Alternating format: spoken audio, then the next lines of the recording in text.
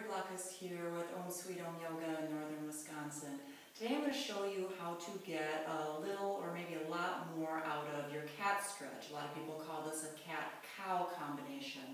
So it's a really gentle spinal mobilizer any way you cut it, but not everyone feels like they're getting the most movement they could. And so that's how I'm going to help you out here today. We're going to start on hands and knees. So as with all postures, it's important to have a really nice, strong foundation here. You're going to have your hands about shoulder width apart. Your knees can be about hip width apart and stacked under the knees. Some people like the tops of the feet down and other people like the toes tucked under. That's going to change how it feels, not just on your ankles, but also on your knees. So be respectful of that. So hands shoulder width and under, or maybe a little bit in front of the shoulders, will oftentimes give people more room to move. We're going to get a good press through the finger pads. It's okay if this middle knuckle line pops up, but keep the first knuckle line down too. And try not to collapse down into the wrists. Now if this is bothersome to your wrists, you can absolutely do this on cupped fingers as well. So that will disperse your weight throughout all your digits rather than collapsing down onto the wrist joint.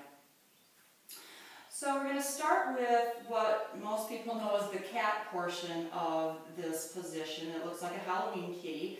And usually we just kind of press the spine up toward the ceiling, but we can get a lot more out of it with a little more muscular engagement, and that's where your core muscles come in.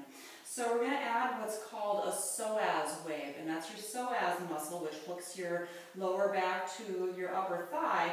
We're going to pull that muscle into the body and up toward the head. It will feel like you're pulling these two front hip points in and up. So your motion is going to start down in the pelvic area, and as you pull those two front hip points in and up, you'll feel your tailbone drop, and that's going to give the spine more room to move up toward the ceiling in a flexed position. Now you can enhance that further by activating the upper body. So if I protract the shoulders, in other words, push or pull rather the shoulder joints toward the front of my body, I'm going to be pressing the arms and shoulders toward the floor, and that might actually get you a bit more motion in the middle and upper back and free you up to just let your head kind of dangle down toward the ground so the neck can decompress a bit. Now when we go into the extension portion of this movement, what people oftentimes call the cow, oftentimes here again, we're just going to let gravity pull us down so the spine hammocks down. And that's the right shape of the posture, but again, with some muscular engagement, you're going to get a bit more out of it. So again, everything will start down in pelvis, sacrum, core, and this will start with what's called a Y wave. So in other words, we're feeling like the sit bones are lifting and spreading, and that's going to tilt your pelvis forward. Now you might need to moderate this so your low back feels long. You don't want to feel any pinching sensations in the low back. So I've got my Y wave going. The spine still feels like it's hammocking down toward the ground. Now I'm going to add what's called a lumbar wave. And this is muscles behind the low back spine and really behind the spine all the way up. They're going to engage and contract a bit. That's going to anchor my shoulder blades onto the back and pull it down away from my head so the collarbones roll open, and now the neck can feel long enough to actually look forward. Now one more little trick here, you can actually get more from this position by pressing down again through the arms and without sliding your body forward. Keep the hips stacked over the knees, but engage the arms to feel like you're pulling them in toward your body. That can oftentimes get you a lot more stretch sensation through the chest or down in the belly. So as you exhale, you've got psoas wave. Tailbone will drop, spine will lift up, press down through the shoulders and arms.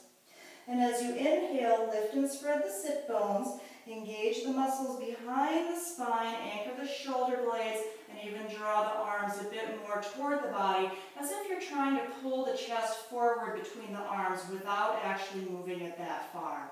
So as you exhale, flex spine position. And as you inhale, moving into extension, making sure to keep the length so everything is very, very comfortable. You can repeat this really as many times as you like. It's a really nice spinal mobilizer. or in the morning, or really any time throughout your day.